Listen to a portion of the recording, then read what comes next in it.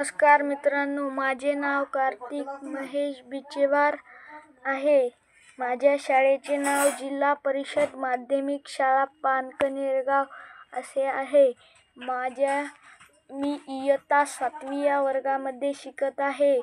मी एक पुस्तक वाचले आहे. त्याचे नाव आहे भारतीय संत प्र. जोशी.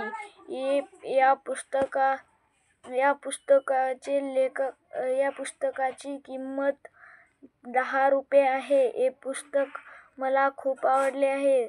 याच्यामध्ये सर्व भारतातील, महाराष्ट्रातील व सर्व आपल्या देशातील संत यांच्याविषयी खूप अशी माहिती आहे. हे पुस्तक जर तुम्हाला पाहिजे असेल तर तुम्ही जाधव सर यांच्याशी संपर्क साधावा. या पुस्तकामध्ये सर्व संतांच्या विषयी माहिती आहे. मला हे पुस्तक खूप आवडले आहे. हे पुस्तकामध्ये सर्व संत यांच्याविषयी माहिती आहे. नरसिंह मेहता. एक नरसिंह रामाचे चिंतन स्वतःच्या संसारात नव्हते. थोरला भाऊ वंशीधर व त्यांची बायको दुरीत गौरी यांच्या आजेबाहेर जायचे नाही. ते सांगतील ती कामे करायची. जे देतील ते खायचे व कुशल परमेश्वर स्मरण करीत राहायचे. हा नरसिंह रामाचा द्रुढ होता. याची बायको माणिक गौरी पतीची ईश्वर भक्ती पाहत होती, पण लाचारी पाहून ती मनात विवस्त होऊन तोंड वर करून बोलण्याचे धर्म तिच्यात नव्हते. मुलगी कुंवर व मुलगा श्यामलदास ही मुले अजून लहान होती. सारा संसार वडील, भाऊ व भावजया यांच्या छायेखाली चालला होता. पण ही छायाच अनेक वेळा छापदायक वाटत होती. पण ही छाया काही पैसे मिळविण्याचे उद्योग न करता नरसिंह मेहता बसून हरिनाम घेतो, भजन